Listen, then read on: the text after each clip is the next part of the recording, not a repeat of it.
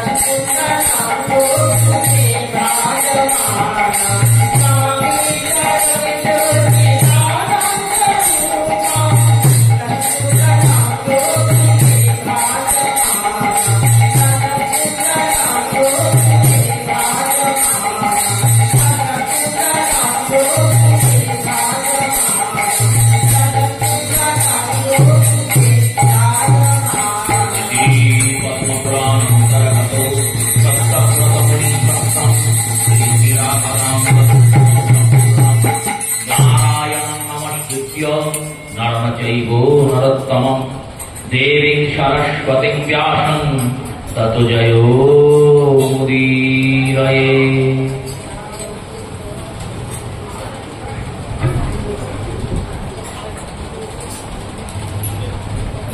श्री श्री गौर गोविंद मकरंद माधुर्य लीलालब्धेषु सज्जन वैष्णव वृंद श्रद्धेया मातृमंडली चरणे प्रणाम पूर्व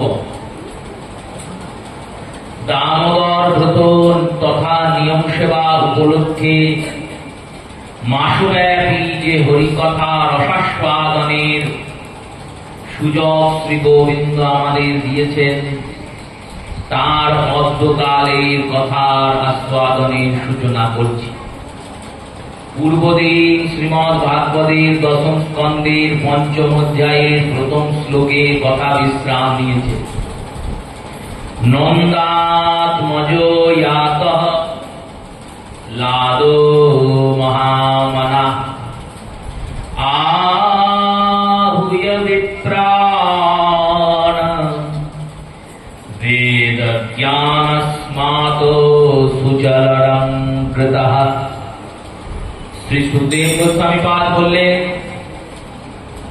নন্দের পুত্র জন্মিয়েছে বলে মহান নন্দ রাজা তিনি বিশাল উৎসব করলেন, ব্রাহ্মণ বৈষ্ণব সাধুদের ডাকলেন, তাদের ভোজন পাওয়ালেন, আর বেদ রক্ষণা অলঙ্কারিত গাভীগুলি ব্রাহ্মণাদিদের বিতরণ করলেন, দান করলেন সন্তানের মঙ্গল কামনা।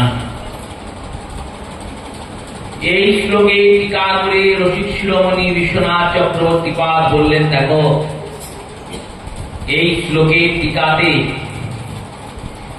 চক্রবর্তী পাদ বললেন, পূর্বেই তো সুখদেব গোস্বামী পাদ ভগবান কৃষ্ণের জন্মলীলা বর্ণনা করেছেন।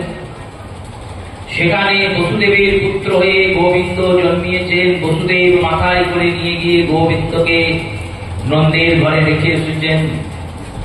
এগুলো আমরা সব শুনেছি। তাহলে নন্দাত্মজ শব্দ দিয়ে ভগবানকে সম্বোধন করলেন কেন? কারণ আত্মজ শব্দের অর্থ শুধু পুত্র নয়, আত্মজ শব্দের অর্থ হচ্ছে আত্ম জায়তে অতঃ আত্মজ। পুত্র করকমের হয়। যাজ্ঞবল্ক্য সংহিতায় ঋষি যাজ্ঞবল্ক্য বলেছেন 8 রকমের পুত্র বা 8 রকমের সন্তান হয়। পুত্র বললে এখন সবাই বলবে তাহলে কন্যাও তো হবে, সন্তান বললে ঝামেলা উঠে গেল, দুইজন কি বোঝানো হয়ে গেল। 8 রকমের সন্তান। 8 রকমের সন্তান যেমন, প্রথম সন্তানের নাম আত্মজ। আত্মজ শব্দের অর্থ কোন নর আর নারী বৈদিক পন্থা অনুযায়ী বিবাহ করে সাধারণ পদ্ধতিতে যখন সন্তান উৎপাদন করেন তখন সেই সন্তানকে আত্মজ সন্তান বলে। দ্বিতীয় সন্তান যেমন, দ্বিতীয় সন্তানের নাম হচ্ছে কৃত সন্তান। কৃত সন্তান মানে, কৃত মানে কেনা, কোন পিতা মাতার হয়তো কোনো সন্তান নেই, দীন দরিদ্র ব্যক্তিকে অর্থ দিয়ে বা সম্পত্তি দান করে তার কাছ থেকে সন্তান যদি খরিদ করে নেওয়া হয় আজীবনের জন্য, তখন সেই সন্তানকে বলা হয় কৃত সন্তান। এরপরে একটি সন্তানের কথা যাজ্ঞবল্ক্য উল্লেখ করলেন, বললেন আরেকটি সন্তান হয়, তার নাম দত্তক সন্তান। দত্তক শব্দের অর্থটা আমরা ভালো করে উপলব্ধি করতে পারি। দত্তক শব্দের অর্থ আমরা ভাবি অনাথ আশ্রম থেকে গিয়ে কোন সন্তানকে গ্রহণ করলাম বা কোন পিতা মাতার কাছ থেকে সন্তানকে নিয়ে নিলাম, তাকেই দত্তক বলে। না, তাকে বলে না।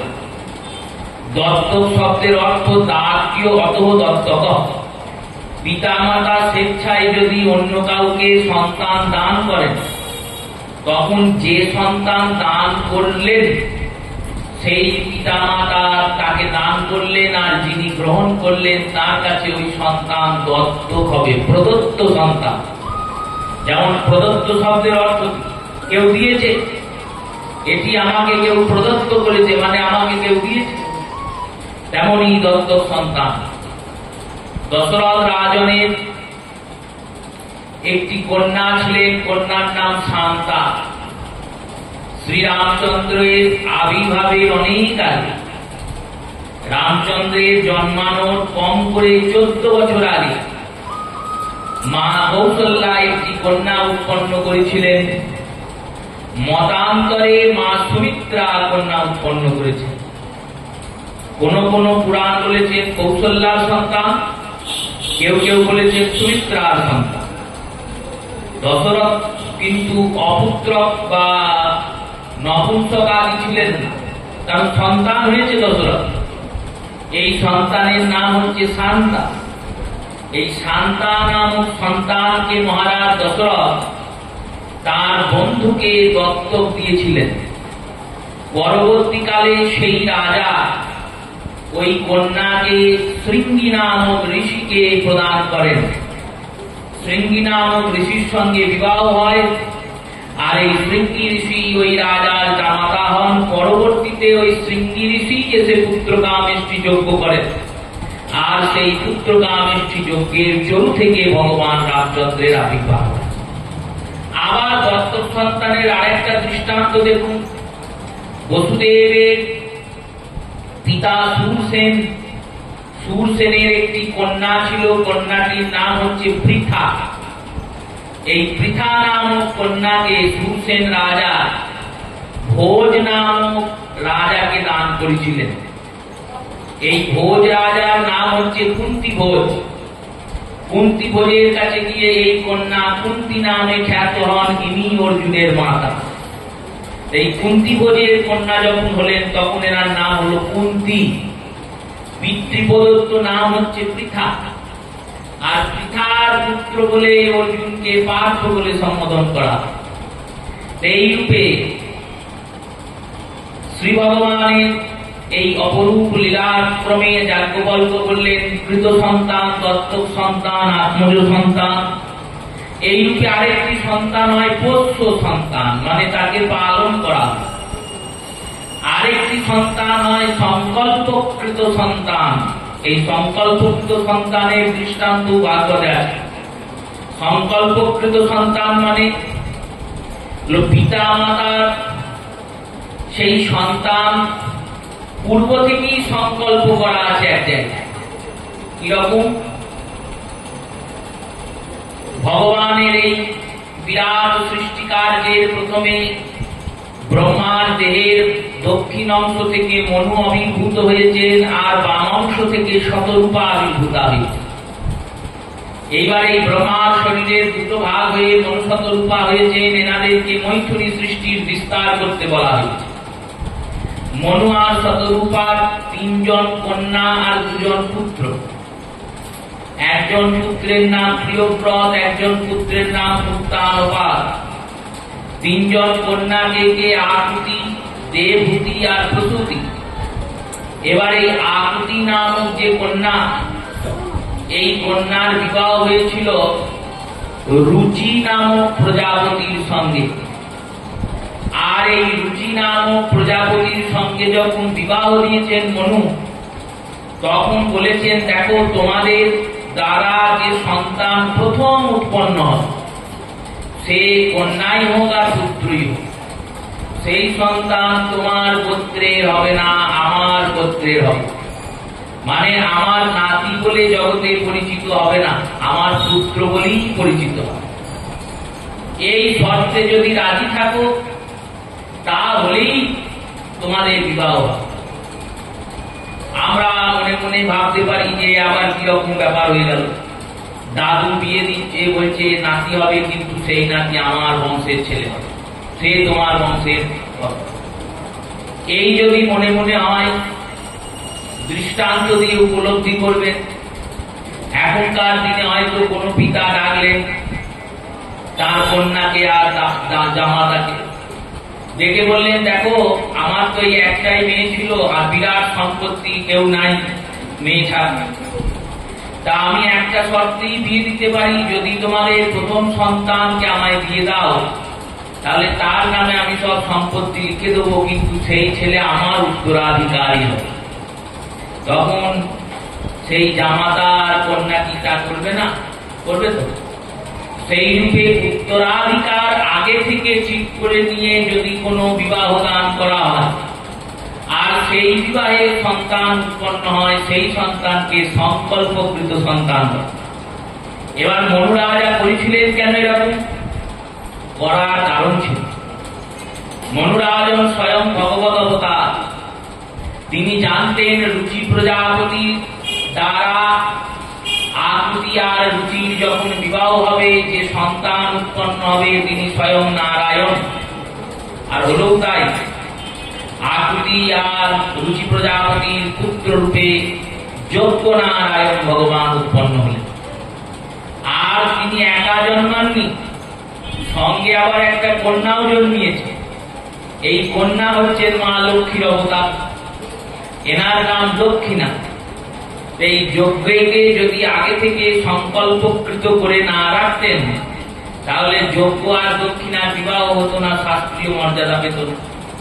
কারণ একই সহোদর সহোদরা, তাই আগে থেকেই সংকল্প করে রেখেছেন যে যজ্ঞ নামক যে সন্তান তোমার হবে সে তোমার গোত্রের সন্তান হবেই না, সে আমার গোত্রের। এই রূপে যজ্ঞবল করেছি 8 প্রকারের সন্তান তার সংহিতায় বর্ণনা করেছে। সেখানে আত্মজ শব্দের অর্থ বলেছেন নিজ সন্তান। সুখদেব গোস্বামী পাদের মতো পরমহংস পণ্ডিত বিচক্ষণ, যিনি স্বয়ং ভগবত স্বরূপ, সেই ভগবত স্বরূপ পরমহংস সুখদেবের মুখ থেকে কি ভুল কথা বেরোবে? যদি ভুল না বেরোয় তাহলে তিনি নন্দাত্মজ বললেন কেন?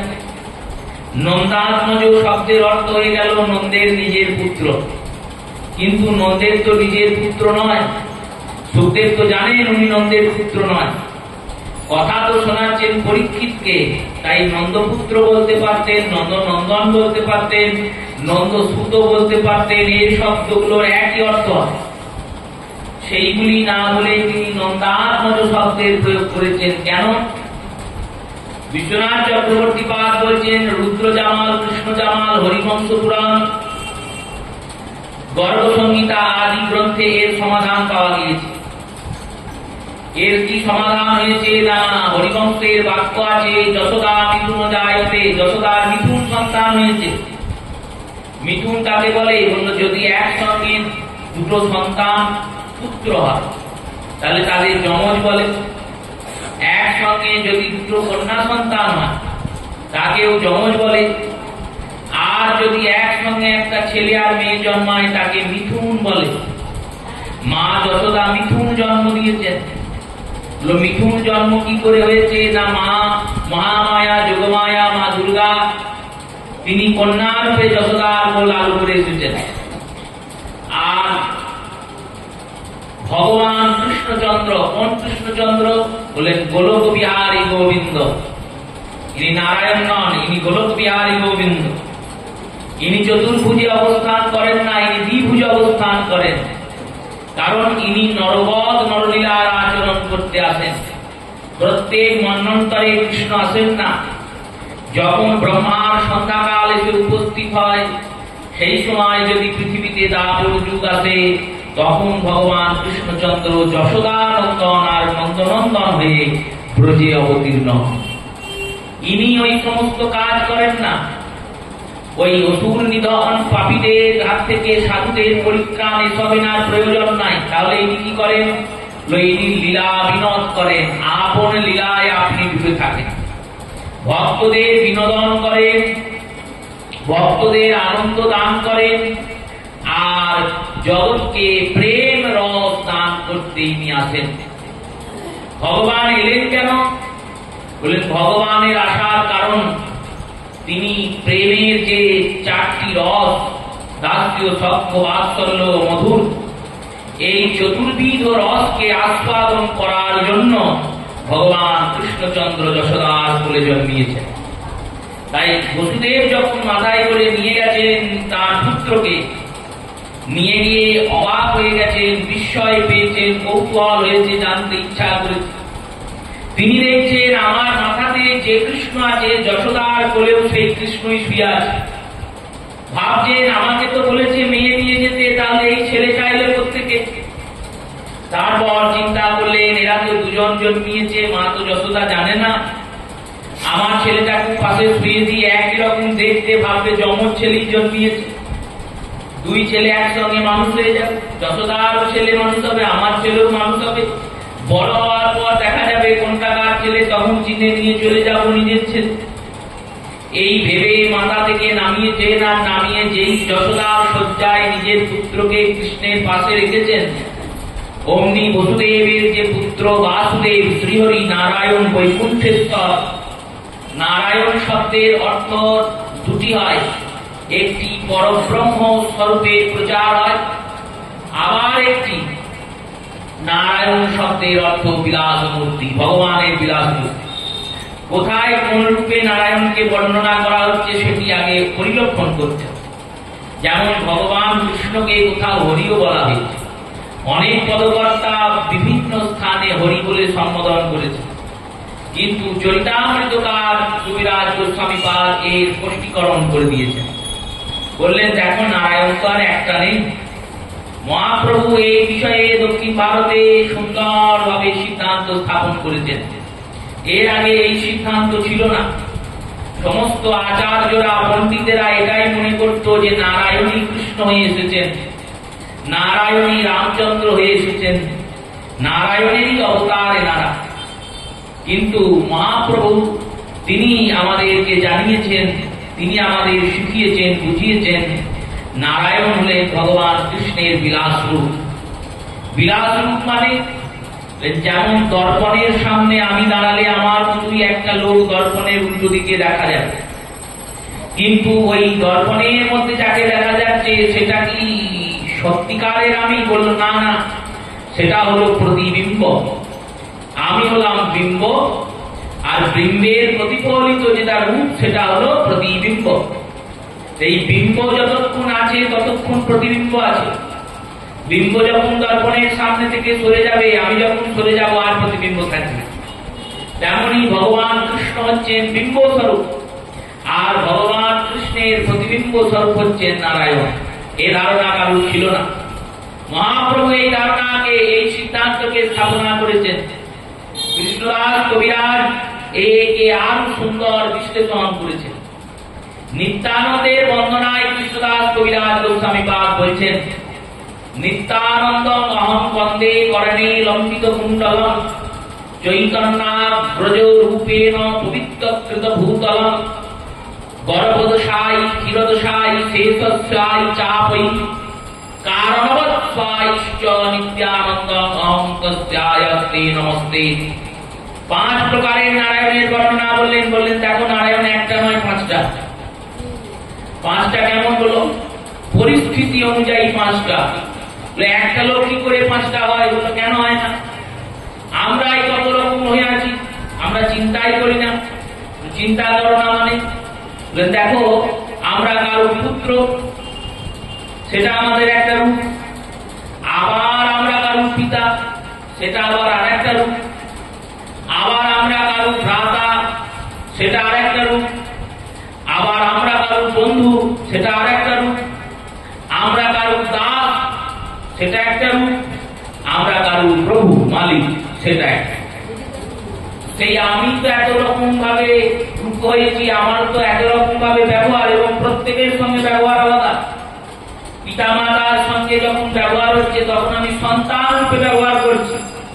সেই ব্যক্তি আবার যখন পুত্রের সঙ্গে ব্যবহার করছে তখন তার মধ্যে পিতা মাতার সঙ্গে ব্যবহারের সময় যে বিনয়তা ছিল সেটা থাকছে না, সেখানে সন্তানের ক্ষেত্রে স্নেহ চলে আসে।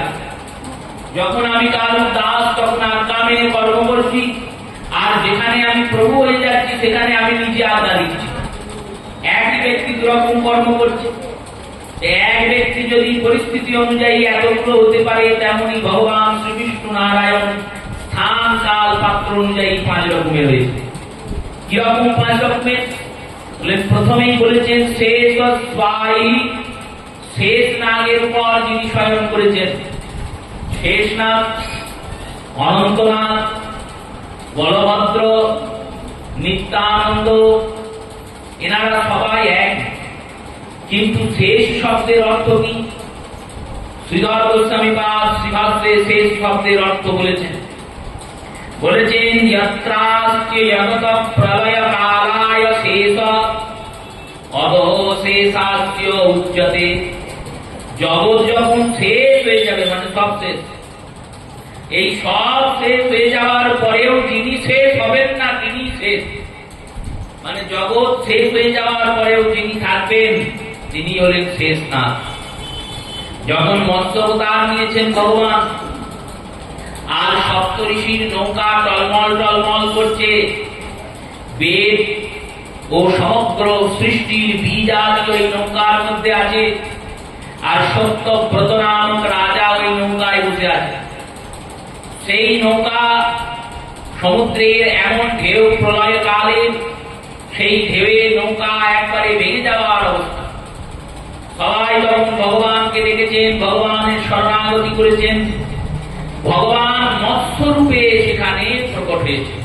বলিয়ে মৎস্যদেব ভগবান কি। আর মৎস্য হয়ে প্রকট হওয়ার পর ভগবান বলেছেন আমি এই নৌকাকে নিয়ে যাব, কিন্তু নিয়ে যাব কি করে? নৌকাটাকে আমার সঙ্গে জুড়তে হবে, তবে তো আমি নৌকাটাকে টানতে টানতে নিয়ে যাব। এই নৌকাকে টানে যে নিয়ে যাব, জুড়বে কি করে?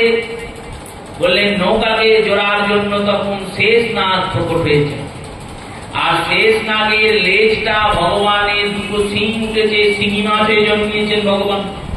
সেই শিঙি মাছের যে সুর, সেই সুরে লেজটা বাঁধা হয়েছে। আর অনন্তনাগের যে ফণা, সেই ফণাটা নৌকার উপর ছাতার মতো অনন্তনাগ মেলে ধরেছে। সেই ছত্রের তলাতে সপ্তঋষি, সত্যব্রত রাজা আর সমস্ত পৃথিবীর যত জীব ছিল তারা গিয়ে আশ্রয় নিয়েছে। আর সেই নৌকাটা টানতে টানতে ভগবান নিয়ে এসেছেন পুরাতন সৃষ্টি থেকে এই নতুন সৃষ্টিতে। প্রলয়াধিকালে ধৃতবশী বেদম বিচিত্র বিচিত্র চরিত্র খেদম কেশব ধৃত মীন শরীর জয় জগদীশ হরে।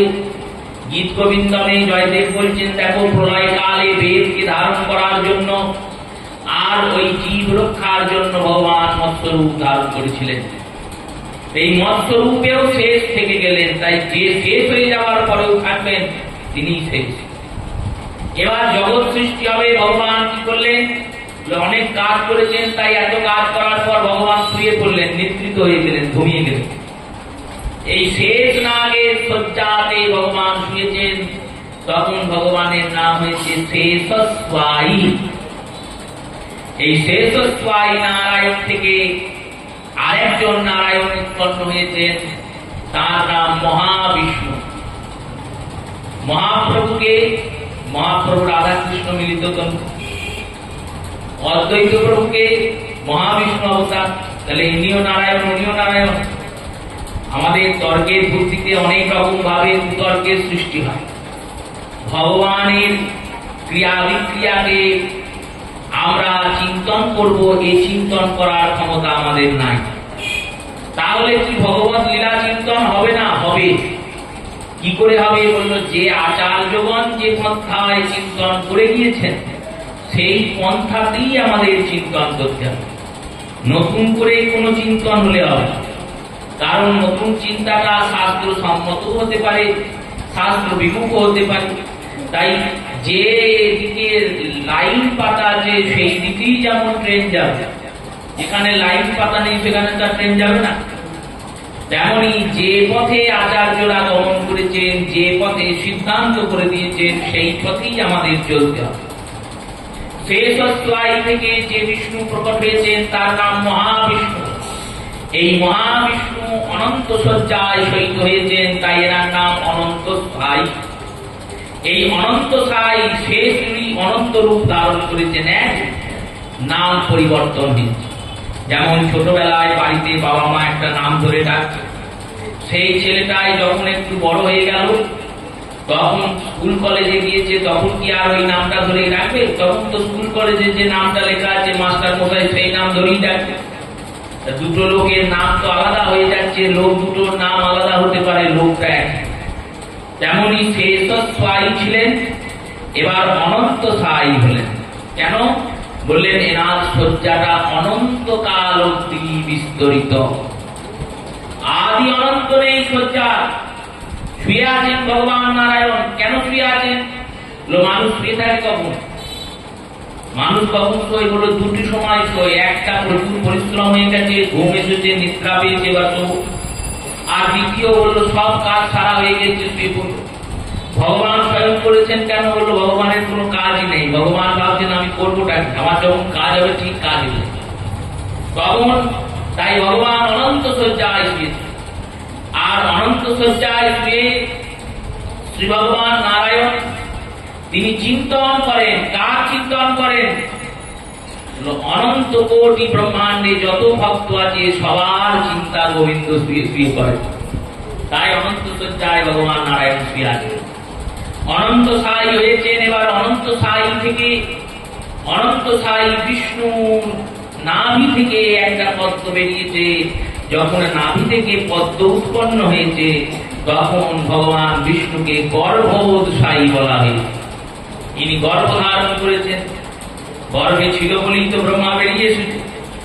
তাই গর্ভে মানে অন্তর।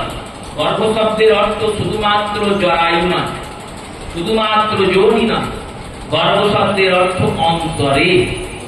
ভগবানের অন্তরে ব্রহ্মা ছিলেন। ব্রহ্মাকে, ব্রহ্মা হচ্ছে সৃষ্টিকর্তা, আর ব্রহ্মার দ্বারা জগৎ সৃষ্ট হয়েছে। তাহলে এই গোটা জগৎটাই ভগবানের অন্তরে ছিল। তাই অন্তরে ছিল বলে সৃষ্টিকর্তাকে তিনি বের করেছেন, সৃষ্টিকর্তাকে বুদ্ধি দিয়েছেন, সেই সৃষ্টিকর্তা জগৎ সৃষ্টি করেছেন।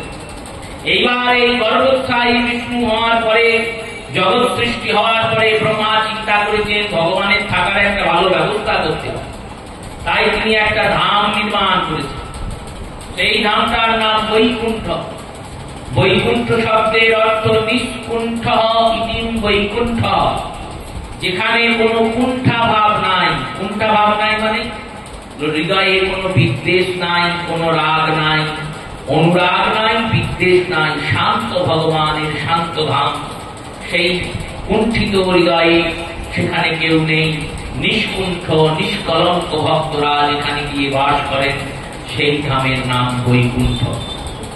এই বৈকুণ্ঠ নির্মাণ করার পর বৈকুণ্ঠে একটা সমুদ্র নির্মাণ হয়েছে। বৈকুণ্ঠ যখন নির্মাণ হয়েছে তখন ভগবান বৈকুণ্ঠেশ্বর হয়েছেন, তখন ভগবান বৈকুণ্ঠ স্বায়ী হয়েছেন।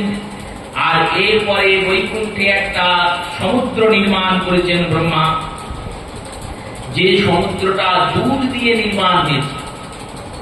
7টা সমুদ্র আছে তো জগতে, লবণ সমুদ্র, ইক্ষু সমুদ্র, মদিরার সমুদ্র, দুগ্ধের সমুদ্র, ক্ষীরের সমুদ্র, অমৃতের সমুদ্র, মিষ্টি জলের সমুদ্র, এইভাবে 7টা সিন্ধু আছে। এই 7টা সিন্ধুর মধ্যে দুগ্ধ দ্বারা যে সাগর নির্মাণ হয়েছে সেই সাগরের নাম ক্ষীর সাগর।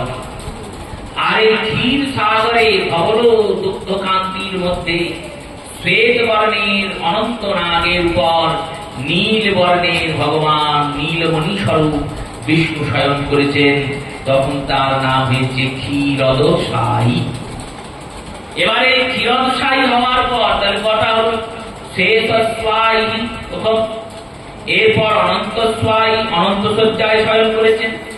তারপর বললেন তারপর ক্ষীরোদশায়ী, ক্ষীরোদ শয্যায় শয়ন করেছেন। বৈকুণ্ঠ স্বায়ী, বৈকুণ্ঠে শয়ন করেছেন। আর পঞ্চম হচ্ছে কারণস্থায়ী।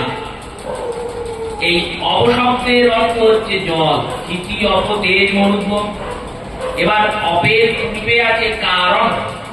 কারণ, কারণ নয় কিন্তু, কারণ মানে মদিরা। কারণব, কারণব, কারণব স্থায়ী শব্দের অর্থ কি? বললেন কারণব শব্দের অর্থ হলো মন। ভগবান যেমন ক্ষীর সাগরে শয়ন করলেন, তেমনি ভগবান নারায়ণ প্রত্যেক জীব জীবের অন্তরাত্মা এসে শয়ন করেছেন, তাই তার নাম কারণবসায়ী। কৃষ্ণের প্রত্যেক জীবের হৃদয়ে কৃষ্ণের স্বাতন্ত্র বিশ্রাম, স্বাতন্ত্র রূপে ভগবান বিশ্রাম করছেন। এই বিশ্রাম করছেন বলে এনার নাম কারণবসায়ী।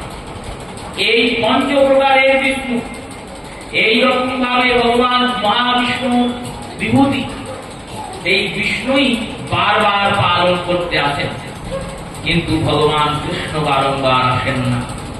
যখন ভগবান কৃষ্ণের লীলা করার ইচ্ছা হয় তখন তিনি জগতে প্রকট হন। সুখদেব গোস্বামী পাদের কাছে তো এত সময় নেই যে তিনি পরীক্ষিতকে এত বিস্তার ভাবে বোঝাতে, আর যদি বুঝিয়েও দেন তাহলে পরবর্তী আচার্যরা কি করে তার রসটাকে নিকড়ে নিকড়ে বের করবে। তাই সাংকেতিক ভাষায় ভাগবতকে বলে যাচ্ছেন, নন্দাত মজজাতঃ লালতো মহামানা। এবার শ্রীধর গোস্বামী টিকা নিয়ে বললেন কস্মিন জাত নন্দাত্মজ, কে জন্মিয়েছে? না নন্দের আত্মজ, নন্দের পুত্র জন্মিয়েছে। ওই বসুদেব যখন মাথা থেকে নামিয়েছেন কৃষ্ণের পাশে তার পুত্রকে, তখন ওই বসুদেব পুত্র বাসুদেব কৃষ্ণের মধ্যে একাকার হয়ে গেছে। এবারে একাকার হয়ে লীলা হয়েছে। আর সেই লীলার সময় কি হয়েছে বললো, যেখানে অসুর এসেছে না, সেখানে বসুদেবের পুত্র বাসুদেবকে অসুরদের বধ করেছে। বা ভগবান যখন নিজেও অসুর বধ করছেন, তখন ওই বাসুদেব রূপ ধারণ করে বা স্বরূপ ধারণ করে অসুরদের বধ করছে। আর যখন ভগবান কৃষ্ণচন্দ্র প্রেম লীলা করছেন, গোপীদের মাখন চুরি করছেন, দাম বন্ধনে মা যশোদা বাঁচছে, এই লীলাগুলো করছেন, তখন ভগবান কৃষ্ণ কৃষ্ণ স্বরূপ ধারণ করে লীলা করছেন। বৃন্দাবনে ভগবান কখনো চতুর্ভুজ হন, অধিকাংশ সময় দ্বিভুজ লীলা করেছেন। আর দ্বারকা লীলায় যেই দিয়েছেন ভগবান চতুর্ভুজ হয়ে গেছে। শঙ্খচক্র গদাপদ্ম নিয়ে নারায়ণের মতো ঐশ্বর্যের লীলা করে সেই রূপে দুই পুত্র এক হয়ে গেছে। মিঠুন জন্ম দিয়েছিল, তাই নন্দাত্মজ বলেছেন, নন্দের নিজের ছেলে জন্মিয়েছে। শ্রীধর গোস্বামী বলছেন কস্মিন জাতঃ নন্দাত্মজ, কে জন্মিয়েছে? না নন্দের নিজের ছেলে জন্মিয়েছে। এবার প্রশ্ন করছেন কস্মিন নন্দ, কে নন্দ? নন্দটাকে বলল, নন্দকে জানো না? আরে মহানন্দ নাম কয়লার 7টা ছেলে, নন্দ, উপানন্দ, ধনানন্দ, মহানন্দ, সানন্দ, সনন্দ, সুনন্দ আদি। এই 7টা ছেলের মধ্যে সব থেকে বড় যে ছেলে তার নাম নন্দ, এটাও জানো না? বললেন না না, তার জন্য জিজ্ঞাসা করিনি। তাহলে নন্দ শব্দের এটা অর্থ নয়, এ তো বটেই মহানন্দ, গোপীর পুত্র নন্দ, এ তো সবাই জানে। কিন্তু নন্দ কে জানো? বললেন কে? না, নন্দ হচ্ছেন সে যে কৃষ্ণকে পেয়েছে। নন্দ শব্দের অর্থ নেতি নেতি আনন্দযুক্ত অগহনন্দ, যে নিত্য নিত্য আনন্দ আস্বাদন করছে সে নন্দ। ভগবান কৃষ্ণের আবির্ভাব হয়েছে মথুরায়। মথুরা শব্দের অর্থ মতি, মতি মানে বুদ্ধি। আর বুদ্ধিতে জন্মিয়ে ভগবান এসেছেন কোথায়? না গোকুলে, মথুরায় তো থাকেন নাই। গোকুল শব্দের অর্থ কি? গো শব্দের অর্থ ইন্দ্রিয়, কুল মানে সমষ্টি। এই 10টা ইন্দ্রিয় চক্ষু, কর্ণ, নাসিকা, জিহ্বা, ত্বক, পাদ, পানি, বায়ু, পদোপস্থ, এই যে 10টা ইন্দ্রিয় আমাদের শরীরে আছে, এই 10টা হচ্ছে ঘোড়া। আচ্ছা, 10টা ঘোড়া এক জায়গায় যদি একদিকে যেতে চায়, একদিকে নিয়ে যেতে হয়, কি করতে হবে? 10টা ঘোড়াকে লাগাম দিয়ে বাঁধতে হবে, না হলে তো 10টা ঘোড়া 10 দিকে ছুটবে। তেমনি এই 10টা ঘোড়ার একটা লাগাম আছে, লাগামটার নাম হচ্ছে মন। এই মনই হচ্ছে গোকুল। ভগবান বুদ্ধিতে প্রথমে অবতরণ করেন। বুদ্ধিতে অবতরণ কি করে করেন? কোন জীব চিন্তা করে আমি এবার কৃষ্ণ ভজন করব।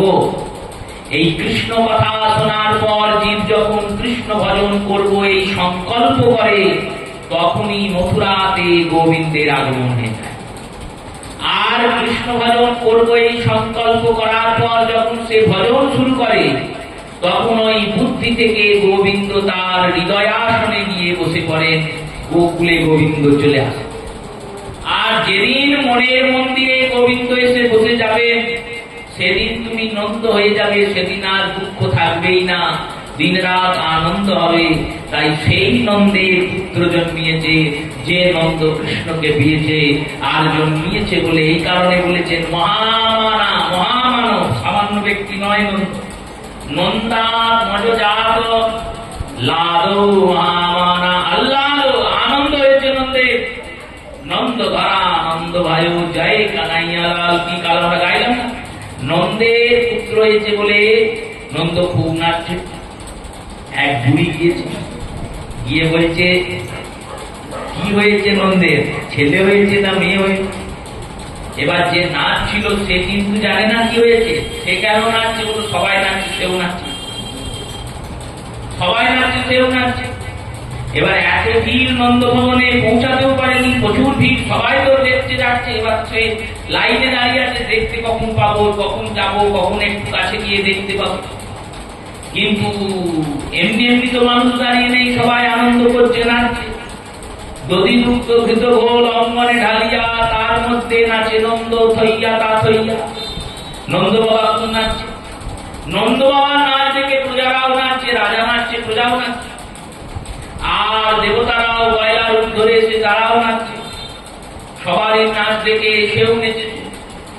জিজ্ঞাসা করেছে বুড়িটা যে বাবা ছেলে হয়েছে না মেয়ে হয়েছে, এত নাচছো কেন, নন্দের কি হয়েছে? সে বলছে আমি তো বলতে পারবো না। দেবর্ষি পাল নারদ নারায়ণ নারায়ণ করতে করতে নন্দ ভবনে নন্দনন্দন দর্শন করে ফিরছিলেন। ইনি কে? দেবর্ষি নারদকে ধরেছেন। আপনি তো দেখে এলেন, তা মশাই নন্দের পুত্র হয়েছে না কন্যা হয়েছে, ছেলে হয়েছে না মেয়ে হয়েছে? দেবর্ষি নারদ বললেন ছেলেও হয়নি মেয়েও হয়নি। ছেলেও হয়নি মেয়েও হয়নি, তাহলে নাচছেন কেন? বললেন নন্দ গড়া নন্দ ভয় জয় কানাইয়া লাল, নন্দের আনন্দ হয়েছে। আনন্দ তো হবে, ছেলে হলে আনন্দ হয়, মেয়ে হলে আনন্দ হয়। বললো না না, আনন্দই পুত্র রূপে জন্মিয়ে গিয়েছে। পুত্রের মধ্যে আনন্দ আছে তা নয়, আনন্দটা দিয়েই পুত্রটা তৈরি হয়েছে। যেমন মিষ্টি দিয়ে যদি একটা পুতুল তৈরি করা হয়, সেই পুতুলটা দেখতে তো নরাকৃতি পুতুলের মতোই লাগবে, কিন্তু আপাদ মস্তক সেটা মিষ্টি। একটা বর তৈরি করা হলো মিষ্টি দিয়ে, তাকে দেখে সবাই বলবে বর, কিন্তু আদৌ বর কি না, ওটা মাথাটা গেলেও মিষ্টি লাগবে, পাটা গেলেও মিষ্টি লাগবে। মিষ্টি দিয়ে তৈরি ননির পুতুল। তেমনি আনন্দই কৃষ্ণ রূপে এসেছে, তিনি আপাদ মস্তক আনন্দ। তুমি ওনাকে যদি চরণের বন্দনা করো তাও আনন্দ পাবে, আর যদি কোলে নিয়ে আদর করো তাও আনন্দ পাবে। আরে এগুলো তো অনেক দূরের কথা, যদি একবার গিয়ে দেখে আসো তাও আনন্দ পাবে। দেখে আসতে পারোনি, সে ভাগ্য হয়নি তার, দেখে আসার কথা শুনেছ তাতেও আনন্দ হয়।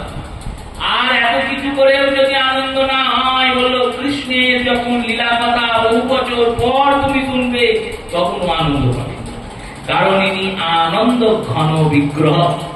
তাই আনন্দ এই কৃষ্ণ রূপে জন্মিয়েছেন। নন্দাত্মজ জাত আহ্লাদত মহামানা আভ্য বিপ্রমাণ বেদ সুচরণম কৃত। নন্দ তার বাড়িতে সমস্ত ব্রাহ্মণদের ডেকেছেন, তাদেরকে বিভিন্ন উপহার দিয়েছেন।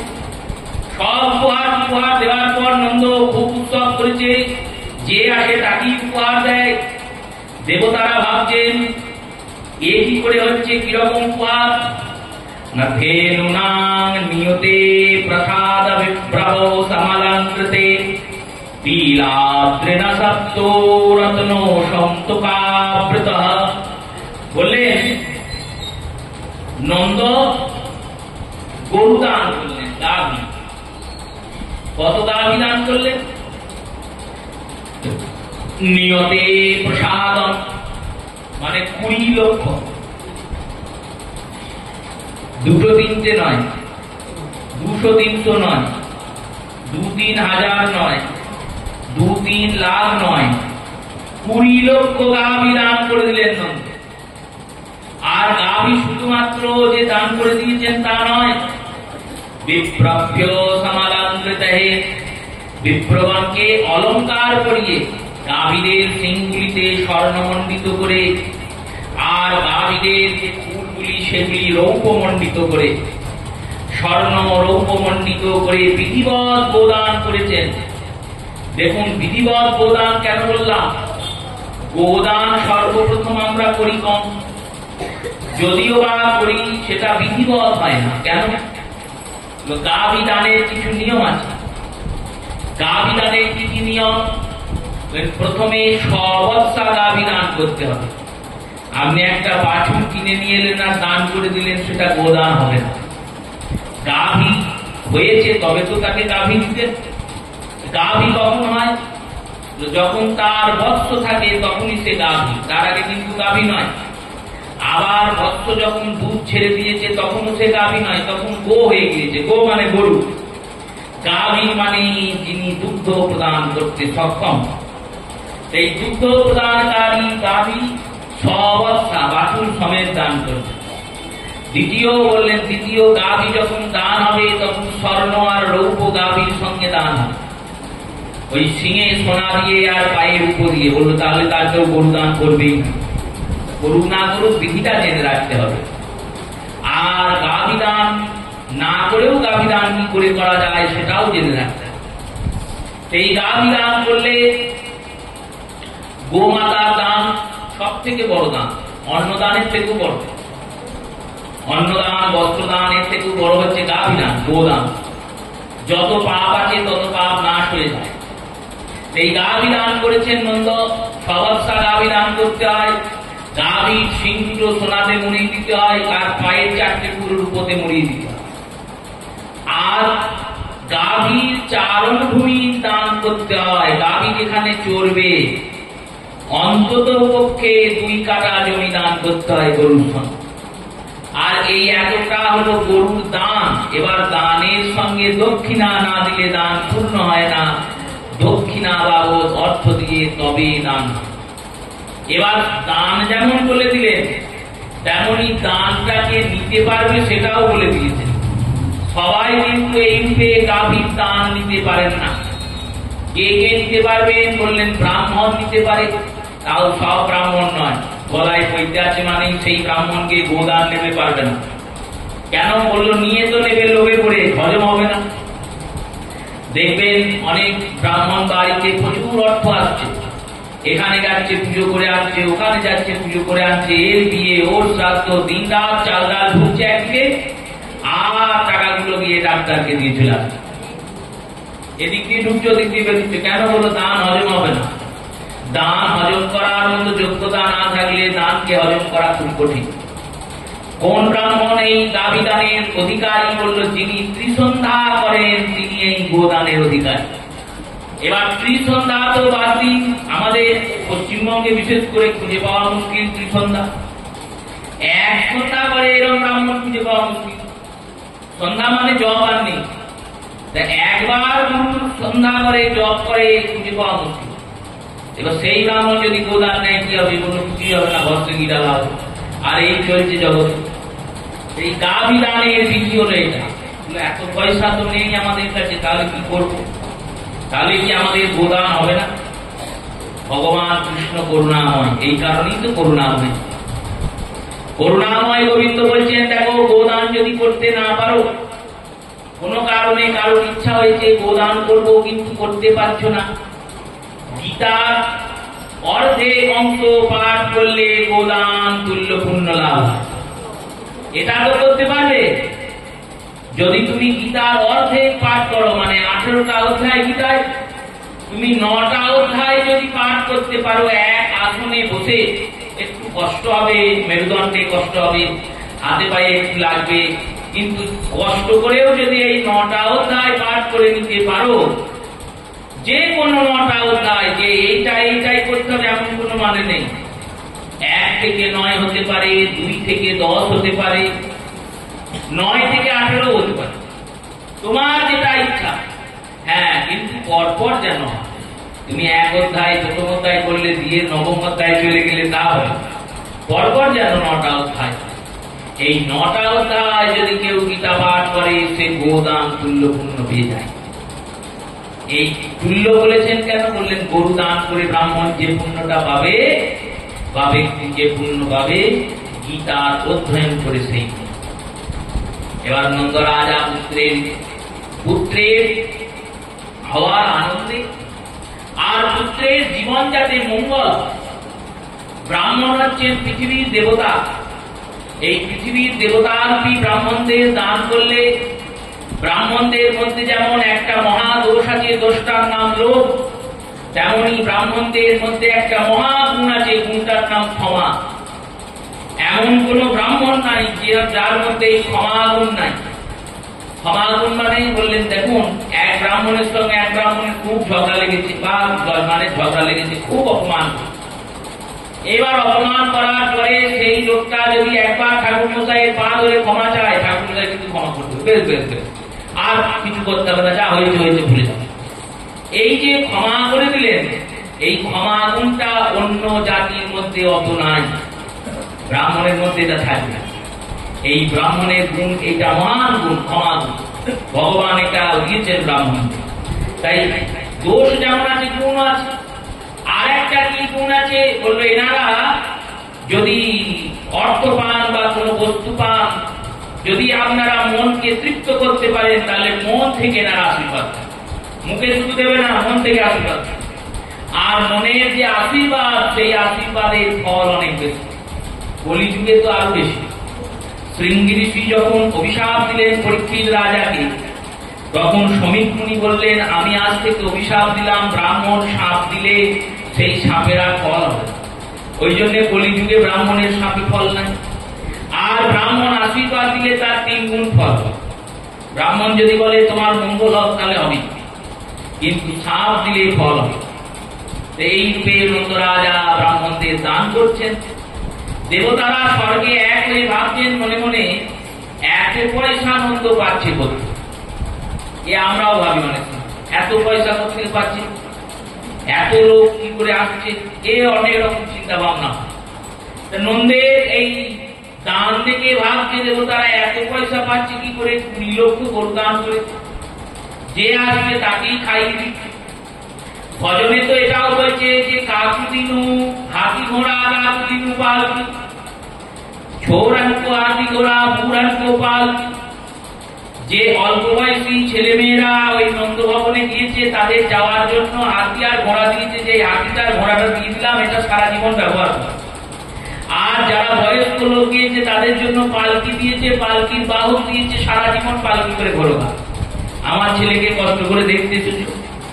এইরকম দান কি কেউ করতে পারবে? দেবতারা চিন্তা করছেন, ভাবছেন, নিজেদের মধ্যে কথা বলছেন। দেবর্ষি নারদ যাচ্ছিলেন, দেবর্ষিকে দেখে ভাবলেন তিনি হয়তো এই কৌতূহলটার সমাধান করতে পারেন। দেবর্ষি নারদকে জিজ্ঞেস করলেন। দেবর্ষি নারদ বললেন দেখো, ভগবান গোবিন্দের একটা নাম হচ্ছে শ্রীনিবাস। শ্রীনিবাস মানে, শ্রী মানে লক্ষ্মী, আর নিবাস মানে বাস করে। লক্ষ্মী যার মধ্যে বাস করে তিনি তো শ্রীনিবাস। ভগবানের আর একটা নাম হচ্ছে লক্ষ্মীপতি। বললেন হ্যাঁ, লক্ষ্মীপতি। নারদ বলছেন কারো বাড়িতে একটা অনুষ্ঠান আছে, এইবার অনুষ্ঠানের কার্ডটা নিয়ে এসেছে কেউ নেমন্তন্ন করতে, আর নেমন্তন্ন করতে এসে কর্তার নাম লিখে দিয়েছে বাড়ি। কর্তার নাম লিখে দিয়ে কার্ডটা দিয়ে বলেছে সপরিবারে যাবেন। এইবার কর্তাকে নেমন্তন্ন করেছেন, মানে কর্তা কি একা যাবেন? কর্তার সঙ্গে সঙ্গে তার পত্নীকেও যেতে হবে, তার পুত্রদেরও যেতে হবে, কন্যাদেরও যেতে হবে। তারা যদি বলে আমাদের নাম তো লেখে নাই, তাহলে আমরা যাবো কেন? আরে বাবার নামটা লিখেছে মানেই তো মাকেও যেতে হবে, সন্তানকেও যেতে হবে। কানটা ধরে যদি টানা হয় তাহলে মাথাটা তো এমনি আসবে। তেমনি ভগবান যেখানে গিয়েছে, ভগবানের পত্নী তো তার আগে চলে গিয়েছে। ভগবানের পত্নী হচ্ছে লক্ষ্মী দেবী। নন্দের ঘরে নন্দনন্দন হয়ে গোবিন্দ যাবেন বলে মা লক্ষ্মী অনেক আগে থেকে গিয়ে বসে আছে। আর লক্ষ্মী যার ঘরে গিয়ে বসে আছে তার কি অর্থের অভাব হয়? তাই নন্দ যদি 2 হাত কেন 4 হাতেও লুটিয়ে যায় তাও নন্দের অভাব। কারণ অনন্য চিত্য মে ভক্তা প্রচ্ছন্তে তদস্যায়ত্রে জাগক্ষেম বহম্ম। ভগবান বলেছেন গীতাতে, অনন্যভাবে যিনি আমার চিন্তা করছেন তার জাগক্ষেম আমি বহন করে নিয়ে যাই। সেই রূপে নন্দ খুব উৎসব করেছে। উৎসব করার পর রাজ কর দেওয়ার জন্য নন্দ গিয়েছেন মথুরায়। মথুরাতে গিয়ে কংসের সঙ্গে দেখা সাক্ষাৎ করেছেন। আর দেখা সাক্ষাৎ করার পর নন্দ গিয়েছেন তার মিত্র বসুদেবের কাছে, যে আমার বন্ধুকে জেলখানায় ভরে রেখেছে, তার বড় পত্নী রোহিণী তিনি আমার ঘরে আছেন, সুসংবাদ দেওয়া প্রয়োজন। তার সন্তানরা একটা একটা করে কংস বধ করেছে। শুনেছিলাম এবার নাকি তার একটা মেয়ে হয়েছিল, সেই মেয়েটাকেও তো শুনলাম কংস হত্যা করেছে। তাই বসুদেবের কাছে নন্দ গিয়েছেন। আর নন্দ গিয়ে বসুদেবের সঙ্গে কথাবার্তা বলছেন। প্রহরীরা যখন সরে গিয়েছে, বসুদেব নন্দকে বলছেন, তুমি তাড়াতাড়ি ফিরে যাও। কেন না, কংস একটা রাক্ষসীকে পাঠিয়েছে বৃন্দাবনের উদ্দেশ্যে। এই রাক্ষসীর নাম কি? এই রাক্ষসীর নাম হচ্ছে পুতনা। পুতনা বালকাগ্নি রাক্ষসী রুধির রসনা জিঘ্যাং সয়াপি হরয়ে তত্র সদগতি। পুতনা নামক এক রাক্ষসী কে প্রেরণ করা হয়েছে ব্রজে। কেন না, কংস শুনেছে যে আমাকে প্রদীপে যে গোকুলে বাড়িতে সে আমাকে যে বধ করবে তার জন্ম হয়ে গেছে। এই জন্ম হয়ে গেছে শুনেই কংস চিন্তা করেছে, তাহলে 1 মাসের মধ্যে যত সন্তান আছে সবাইকে যদি হত্যা করা যায় তাহলেই তো আমার কাল উদ্ভব হয়ে যাবে, আমার যে কাল সেও মরে যাবে। এই চিন্তা করে পুতনাকে ডেকেছেন। আর ডেকে বলেছেন, তুমি অপরূপ সাজে সুসজ্জিত হয়ে প্রত্যেকের ঘরে যাবে। আর প্রত্যেকের ঘরে গিয়ে যখন তারা কেউ সামনে থাকবে না, তাদের সন্তানগুলিকে নেবে আর কালকূট নামক বিষকে স্তনে মাখিয়ে নিয়ে যাবে। সেই স্তন পান করিয়ে সন্তানদের হত্যা করে চলে আসবে। যদি কোনো কারণে প্রজাদের মধ্যে ভয় সঞ্চার হয়, আমি প্রজাদের বলবো এ দৈব লক্ষণ। আমি কি করে বলবো কে আসছে আর কে মেরে যাচ্ছে? আমি তো কোনো সৈন্য পাঠাইনি, তাই আমার প্রতি কেউ দোষারোপ করতে পারবে না। আর 1 মাসের মধ্যে যাদের সব সন্তান এইভাবে হত্যা হয়ে যাবে। এই করে পুতনা চলছে। আর সুখদেব গোস্বামীপাদ বলছেন পুতনা কেমন না, কংসেন প্রহিতা ঘোরা পুতনা বালঘাতিনী শিশুশ্চার নিক্ষয়ন্তী পুরাগ্র ব্রজে দিশু। ব্রজপুরে এই পুতনা বালঘাতিনী, বাল শব্দের অর্থ বালক, ঘাতিনী মানে হত্যাকারী, বালকদের হত্যা করে। এবার এটা কেন বললেন শ্রী সুখদেব? সুখদেব বলছেন, দেখো একটা রাজা ছিলেন, মগধের রাজা। তার কোনো সন্তান ছিল না। সেই সন্তানহীনতার জন্য তিনি এক ঋষির কাছে গিয়েছিলেন। ঋষি তাকে একটা ফল দিয়েছিল, বলেছিলেন এই ফলটা দিয়ে যে রানীকে সেবা করাবে তারই সন্তান। রাজার 2 জন রানী ছিল। তিনি এসে ভাবছেন ফলটা তো সন্তান দান করবে, তাহলে এটাকে অর্ধেক করে 2 জনাকেই খাইয়ে 2 জনারই সন্তান হবে। এবার ঋষির আজ্ঞাতে বুদ্ধি কাটিয়েছে। আর বুদ্ধি কাটিয়ে চালাকি করে ফলটাকে ছেদন করে 2 নারীকে খাইয়ে দিয়েছে। 2 নারীকে যখন খাইয়েছে তখন ঋষি ভাবতো তো আর অন্যথা নয়, 2 জনই গর্ভবতী হয়ে গেছে। রাজা ভাবছে, দেখো ঋষি একটা ফল দিয়েছিল, আমি 2টো সন্তান বের করব, আমার কত বুদ্ধি। এবার যেদিন সন্তান প্রসব হয়েছে সেদিন এই রানীর থেকে অর্ধেক সন্তান আর ওই রানীর থেকে অর্ধেক সন্তান। এই 2 সন্তানকে নিয়ে এসে রাজাকে দেখানো হচ্ছে, দেখুন অর্ধেক অর্ধেক সন্তান হয়েছে। এও বেঁচে আছে, ও বেঁচে আছে, এরও হাত পান হচ্ছে, ওর হাত পান হচ্ছে। রাজা বললেন, একে নিয়ে আমি কি করবো? একে বনে গিয়ে ফেলে দিয়েছে, কারণ এর থেকেও কোনো লাভ নেই। এ তো হাঁটতেই পারবে না, একটা পায়ে কি করে হাঁটবে? অর্ধেকটা শরীর কিছুদিন পর এমনি মরে যাবে, তার থেকে বনে গিয়ে ফেলে আসো, বাঘে শিয়ালে খেয়ে নেবে, ওদের আহার। এবার এই করে সন্তানকে গিয়ে ফেলে এসেছে সৈন্য সৈনিকেরা। আর সেই পথে জরা নামক এক রাক্ষসী যাচ্ছিল, আর ওই সন্তান খুব কাঁদছে, ছোট বাচ্চা কাঁদছে।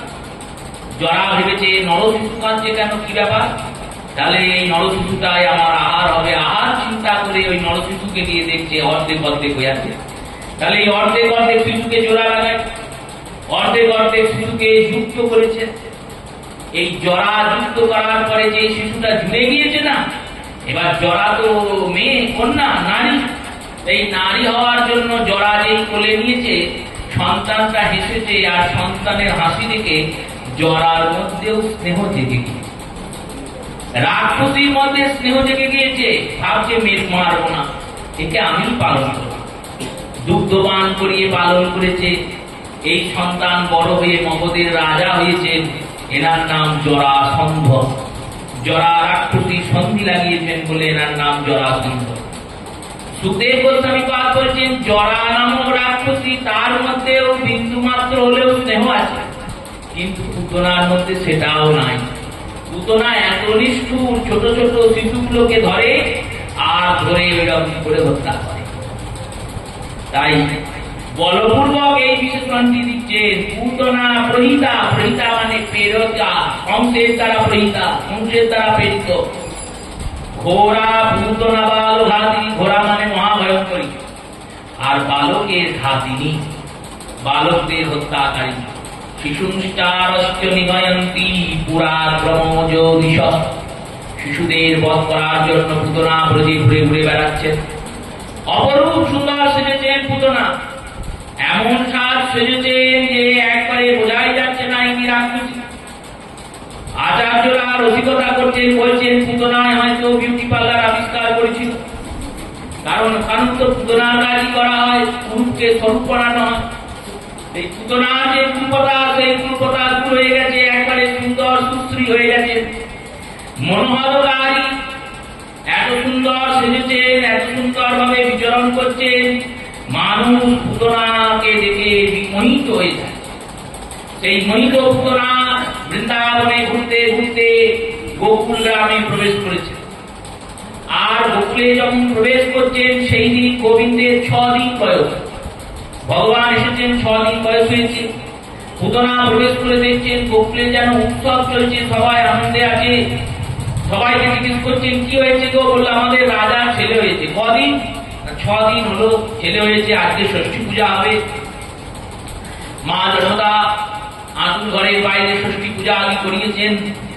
রাজা এসে ষষ্ঠী পূজা করেছেন। সে গাছ এখনো আছে গোকুলে, যেখানে মা যশোদা ষষ্ঠী পূজা করেছিলেন। সেই ষষ্ঠী পূজা হয়েছে। মা যশোদা কোলে করে নিয়ে নীলমণি স্বরূপ গোবিন্দকে নিয়ে বসে আছেন। রোহিণী বলরামকে কোলে নিয়ে বসে আছেন। দাস দাসীরা, সুনন্দা আদি যশোদার ননদিনীরা যশোদাকে ঘিরে বিভিন্ন স্ত্রীবাক্য আলাপ আদি করছে। সবাই কৃষ্ণকে দেখছে। কাউকে যদি যশোদা কোন দাসীকে বলছে নে একটু এই কাজটা করে দে, দাসীরা বলছে যাচ্ছি যাচ্ছি, একটু বসি দিয়ে যাচ্ছে। মনে মনে ভাবছেন এরা তো কেউ অলস নয়, তাহলে এরকম করছে কেন? আচার্যরা বলছেন এরকম করছে, তারা বলতে চাইছে গেলেই তো আমার গোবিন্দ দর্শন হবে না, তাই যতক্ষণ আমি বসে আছি ততক্ষণ কৃষ্ণ দর্শন হবে। কৃষ্ণ দর্শনের লোভে তারা যশোদাকে ছেড়েও যেতে চাইছেন। যশোদার কোলে এইভাবে বসে আছেন, গোবিন্দ শুয়ে আছেন। মাঝে মধ্যে যশোদার কোলে শুয়ে থাকতে থাকতে হাত পা ছুটছেন। কখনো বা যশোদার পয়ধর ধরে চোষণ করছেন, আবার কখনো নিশ্চিন্তে ঘুমাচ্ছেন। এইরকম বাল্যলীলা করছেন ভগবান। আর পুতনা খবর পেয়ে যখন গোকুলের নন্দ ভবনের দিকে যাচ্ছে, ধীরে ধীরে পুতনা পৌঁছিয়েছে। আর পৌঁছিয়েছেন যখন, তখন সবাই রাস্তা ছেড়ে দিয়েছে। এত সুন্দরী দেখতে, এত সুন্দর সেজে এসছে, এত স্বর্ণ রজতম অলঙ্কার পরে এসছে, তাহলে নিশ্চয়ই সম্ভ্রান্ত বাড়ির বধূ। এই বিচারটা বিষয়ী ব্যক্তিদের মধ্যে এখনো রয়ে গেছে। আপনি যদি ভালো কাপড় পরে যান, তাহলে আপনার মান সম্মান, মান মর্যাদাটা একটু বেশি হবে। আর যদি একটু কমা শাড়ি পরে যান, তাহলে আর একটু মান মর্যাদা কমে যাবে। আর আমার মতো যদি গামছা পরে যান, তাহলে তার কথাই নাই। তাহলে বলবে বাবা একটু পরে আসতে হবে, এখন ভিক্ষা দেওয়ার সময় নেই, বা আমরা ভিক্ষা দিই না। এইরকম পোশাক দিকে বিচার, পোশাক দিকে কি বিচার হয়? বলে আমরা পোশাক দিকে বিচার করি, কারণ আমরা যেমন অনিত্য সেই রকম অনিত্য বস্তু দেখে আমরা বিচার করি। যে পোশাকটা 1 বছর পর ছিঁড়ে যাবে, ছোট হয়ে যাবে, ছিঁড়ে ফেলে দিতে হবে, সেই পোশাকটার কি দাম আছে বলুন তো? আর এই পোশাকটা তো বাদ দাও, দেহটাও কেউ ফেলে দিতে হবে, দেহটারই দাম নাই। দামটা তাহলে কিসের আছে? বললো ভিতরে বসবাসকারী আত্মার দাম। আত্মা আছে বলে দেহর দাম, না হলে আত্মার কোনো দাম নাই, দেহের কোনো দাম নাই। তাই আত্মাকে দর্শন আমরা করি না। কেন না? আমাদের দৃষ্টিটা মাইক দৃষ্টি। ভগবানের দৃষ্টি কেমন? বলো ভগবানের দৃষ্টি মাইক নয়, ভগবান মায়াপতি, তিনি অন্তরটা দর্শন করেন।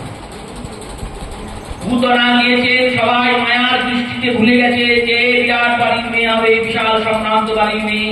কেউ বলছে কোন দেবী এসেছে গোবিন্দ দর্শন করতে, আর এই বলতে বলতে সুখদেব বললেন, কেউ কেউ বলে দিয়েছে স্বয়ং রমা মানে মা লক্ষ্মী এসেছেন বৈকুণ্ঠেশ্বর নারায়ণকে দেখতে।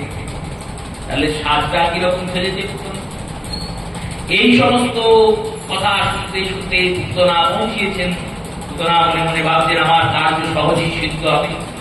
পৌঁছিয়েছেন ভগবানের কাছে, আর গোবিন্দকে সোনার দোলনায় ঝুলিয়ে মা যশোদা গিয়েছেন গৃহকর্ম করতে। এই সোনার দোলনার কাছে গিয়ে পৌঁছিয়েছেন পুতনা। সোনার দোলনাতে গোবিন্দ দুলছেন, আর গোবিন্দকে দর্শন করে পুতনা ভাবছে এইটুকু শিশু, এই শিশু কিনা কংসের মৃত্যুর কারণ। যাই হোক, হতেও পারে আমার যেটা কাজ আমায় করতে হবে, একে বধ করতে হবে। দেখুন পুতনা এত সাজ সেজে সবাইকে মোহিত করে পৌঁছালেন ভগবান কৃষ্ণের দোলনার কাছে। সবাই পুতনার সাজে মোহিত হয়ে গেল, আর গোবিন্দের কাছে যেই গেলেন গোবিন্দ চোখ বন্ধ করে নিলেন। গোবিন্দ তো আর কিছু পারবেন না, এখন সবই পারেন কিন্তু করবেন না। কেন? বললো করলে খেলাটা হবে না, নরলীলা করছেন। ছোট শিশু যেমন কাজ করে সেরকমই তো করতে হবে। নরলীলায় বড় শিশু কি আর হাঁটতে চলতে পারে? 6 দিনের শিশু। তাই শুয়ে আছেন, এ পাশ থেকে ও পাশ করছেন না, চুপচাপ শুয়ে আছেন। কারণ পাশ ফিরতেও শিশুদের অনেক সময় লাগে। নরলীলা খেলছেন, নরলীলার লীলা করছেন, তিনি চোখটা বন্ধ করে নিয়েছেন। কেউ কেউ বলছে চোখ বন্ধ করেছো কেন? গোবিন্দ বললেন কেন করেছি জানো? একটি গাগার বলছেন কেন করেছেন জানো? কেন করেছেন না? গোবিন্দ চোখ বন্ধ করে চিন্তা করছেন, একে আমি কোথায় স্থান দেবো? এ তো এসেছে আমায় বধ করতে, কিন্তু কর্ম করতে এসেছে মায়ের। তাই চরণে তো স্থান দেওয়া যাবে না, কারণ মা তো আর চরণে থাকে না, মা মস্তকের উপরে থাকে। তাই মায়ের কর্ম করতে এসেছে যখন, তখন এই মাতৃলোকেই এনাকে স্থান দিতে হবে। তাই স্থান চিন্তন করছেন বলে ভগবান চোখ বন্ধ করে দিয়েছেন। আর একটি দাদা বললেন না না, ভগবানের একটা চোখে সূর্য আছে আর একটা চোখে চন্দ্র আছে। এই সূর্য আর চন্দ্র এই দুই মার্গেই জীবের গতি হয়। পুতনার এই ভয়ঙ্কর রূপ থেকে ভগবানের অন্তরিষ্ঠ ভক্তরা ভয় পেয়েছেন। তাই ভগবান চোখ বন্ধ করে পুতনাকে মার্গই দেবেন না, কোথাও কোনো মার্গেই যেতে পারবে না পুতনা। তাই চোখ দুটো বন্ধ করে নিচ্ছে। আর এক ভক্ত বলছেন না, তার জন্য নয়। ভগবান বোঝাতে চাইছেন যে তুমি যদি বাইরেটা খুব তারে সাজালে গোজালে, আর ভিতরে পুতনার মতো বিষ নিয়ে যায় দাঁড়াও, জগৎ তোমায় সম্মান করতে পারে, জগৎ তোমায় আদর করতে পারে, জগৎ তোমায় স্নেহ করতে পারে, জগৎ তোমায় ভক্ত বলতে পারে, কিন্তু আমার সামনে গিয়ে যখন তুমি দাঁড়াবে তখন আমি তোমার দিকে ফিরেও তাকাবো না, কারণ আমি বাইরের রূপটা দেখি না, ভিতরের অন্তরটা দেখি। তাই চোখ বন্ধ করে নিয়েছেন, আমাকে মোহিত করতে পারবে না। মায়াতে, আমার মায়াতে সবাই মোহিত হয়ে আছে, আমি কি করে মোহিত হই? আর এক ভক্ত বললেন না না, তার জন্য নয়। ভগবান ধ্যান করছেন। বললো কার ধ্যান করছেন? না শিবের ধ্যান করছেন। মহাদেবকে ধ্যান করে ডাকছেন, হে মহাদেব, আমি এই বৃন্দাবনে এসেছি দধি দুগ্ধ ঘৃত ঘোর ননি নবনীত আস্বাদন করতে খেতে। তা আমার মুখে এখনো ননিমা এখনো ঠিকনি। এই পুতনা মাসি চলে এসছে বিষ খাওয়াতে, বিষ খাওয়ার অভ্যাস আমার নাই। তুমি এক কাজ করো, আমার গলাতে এসে তুমি বসে পড়ো, আর আমি যখন পুতনার দুগ্ধ পান করবো তখন আমি দুধটা খেয়ে নেবো, তুমি বিষটা খেও। কারণ তোমার বিষ খাওয়ার অভ্যাস আছে। তাই মহাদেবকে স্মরণ করছেন বলে ভগবান চোখ বন্ধ করে আছে। যাই হোক, ভগবানের ওই নেত্রমুদিত অবস্থাতেই ভগবানকে পুতনা তুলেছেন বলে বাড়ি থেকে বাইরে গিয়েছেন, গোয়ালের পিছনে গিয়ে বসেছেন, আর নিজ কোলে বসিয়ে অঞ্চল দিয়ে কৃষ্ণকে ঢেকে কৃষ্ণের মুখে পুতনার পরধরটি দিয়েছেন। ভগবান প্রথমে মনে মনে আনন্দ করে দুগ্ধ পান করেছেন। দুগ্ধ পান করার পরে পুতনার স্তনবৃন্তে যে কালকুট বিষ ছিল সেটাকেও পান করে নিয়েছে। আর বিষ পান করার পরে ভগবানের আকর্ষণ শক্তি, ভগবান যখন আকর্ষণ শক্তি দিয়ে মুখে চোষণ করছেন, দেখুন ভগবানের মুখের চোষণের আকর্ষণ শক্তিটা কতটা। বনে আগুন জ্বলছে, ভগবান হা করলেন আর মুখ দিয়ে চুষতে শুরু করলেন, গোটা বনের আগুন চুষে খেয়ে ফেললেন। এইটা ভগবানের আকর্ষণ শক্তি। এবার সেই ভগবান পুতনা স্তনের দুগ্ধ চোষণ করছেন, দুগ্ধ প্রেরণ করেছেন, বিষ পান করেছেন। এবার ভগবান পুতনার প্রাণ ধরে পান করা শুরু করেছেন। আর পুতনাকে এই প্রাণ পান শুরু করেছেন, পুতনা ছটফট করতে শুরু করেছে। পুতনা আর নিজের রূপ ধরে রাখতে পারেনি। সেই পুতনা মহাভয়ঙ্করী হয়ে 6 ক্রোশ লম্বা একটা বিরাট রাক্ষসীতে পরিণত হয়েছে। এই 6 ক্রোশ লম্বা বিশাল রাক্ষসীতে পরিণত হয়ে পুতনা বুকে গোবিন্দ আছেন, দুধের দিকে ধরে দুধ পান করেই যাচ্ছেন। পুতনা আকাশ দিয়ে উঠছেন আর বলছেন, মুচ্যত মুচ্যত মুচ্যত, হে বালক, হে বালক, আমায় ছাড়ো ছাড়ো ছাড়ো। গোবিন্দ বলছেন, ওটা তো আর হচ্ছে না। পুতনাকে ছাড়তে বলছেন, পুতনাকে বারবার পুতনা বলছেন, ভগবান কিছুতেই ছাড়বেন না। টিকাকাররা বলছেন, তুমি কি লোক, তোমার মতো এইরকম অসংখ্য লোক দেখি নাই। ভগবান বললেন, কেন না এইরকম করে ছাড়তে বলছে, তুমি ছাড়ছো না? গোবিন্দ বললেন, ছাড়লে যে আমার নাম থাকবে না। আবার কি কথা? হ্যাঁ, আমার একটা নাম আছে অচ্যুত। অচ্যুত শব্দের অর্থ জানো? যাকে ধরেন তাকে আর ছাড়েন না। আমার শরণাগত ভক্তকে আমি কোনোদিন ছাড়ি না। তেমনি পুতনাকে যখন আমি ধরেছি তখন তো আর ছাড়বো না, ওকে মুক্তি দিয়েই তবেই ছাড়বে। এই বলে গোবিন্দকে নিয়ে পুতনা আকাশে উঠতে উঠতে যাচ্ছেন। আর আকাশে উঠতে উঠতে মাঠ বনের কাছে, গোকুল থেকে এগিয়ে গেলে মাঠ বন আছে, সেই মাঠ বনের কাছে চিন্তা হরণ মহাদেবের কাছে পুতনা একটা বিরাট আমের বাগান আছে বংশের, 6 ক্রোশ লম্বা 6 ক্রোশ চওড়া। সেই বিশাল আম বাগানে নিয়ে গিয়ে পুতনাকে ধরাশায়ী করেছেন। পুতনা যেই মাটিতে পড়েছে অমনি পুতনার প্রাণ বায়ু বেরিয়ে গেছে। পুতনাকে ভগবান নিধন করেছেন। বলিয়ে পুতনা নিধন ভগবান কি। পুতনার বধ হয়ে গেছে, পুতনাকে নাশ করেছেন ভগবান। এবারে পুতনা যখন নাশ হয়েছে, নন্দ বাবা ছুটতে ছুটতে আসছেন। নন্দ বাবা খবর পেয়েছেন আমার ছেলের বিপদ। আর এদিকে গোকুল থেকে মা যশোদা, রোহিণী, বলরাম, সুনন্দ, নন্দ, উপানন্দ আদি ভাইরা তারাও ছুটতে ছুটতে যাচ্ছে, আমাদের ছেলে নিয়ে কোথায় গেল কোথায় গেল। যত গোকুলের রাখা আছে সব ছুটতে ছুটতে যাচ্ছে। আর কিছুক্ষণের মধ্যেই সেই ধরাশায়ীর মহাভয়ঙ্কর আওয়াজ। 7 ক্রোশ লম্বা মানে 21 কিলোমিটার, 6 ক্রোশ মানে 18 কিলোমিটার লম্বা। এই 18 কিলোমিটার বড় একটা জঙ্গল। সেই জঙ্গলে সব গাছগুলো একবারে শেষ হয়ে গেছে। এমন করে পুতনা পড়েছে, সব গাছগুলো আপাতমস্তক ভেঙে গেছে। সেই ভেঙে যাওয়া গাছের উপর পড়েছে পুতনা, তার বিরাট শরীর। সেই আওয়াজে ভয়ঙ্কর ধ্বনিতে সবার বুক কম্পিত হয়েছে। নন্দরাজ ছুটতে ছুটতে পৌঁছেছেন সেখানে। সমস্ত গোপ গোপীরা পৌঁছেছেন। সবাই গিয়ে গাছের তলায় খুঁজছে, পুতনার শরীরের তলায় খুঁজছে, আমার গোপাল কোথায়। মা যশোদা কাঁদতে কাঁদতে বসে পড়েছেন, হায় হায় আমার সন্তান কোথায় গেল। তাহলে কি আমার সন্তান চাপা পড়ে গেল? এত বড় লাভ পুতনা, কোথায় গেল গোপাল, কোথায় গেল গোপাল। এই করতে করতে বলরাম দাদা তখনও কথা বেরোয়নি, 1 বছর বয়স হয়েছে। বলরাম দাদা ইশারা করে দেখাচ্ছেন, ওই দেখো গোপাল, ওই দেখো।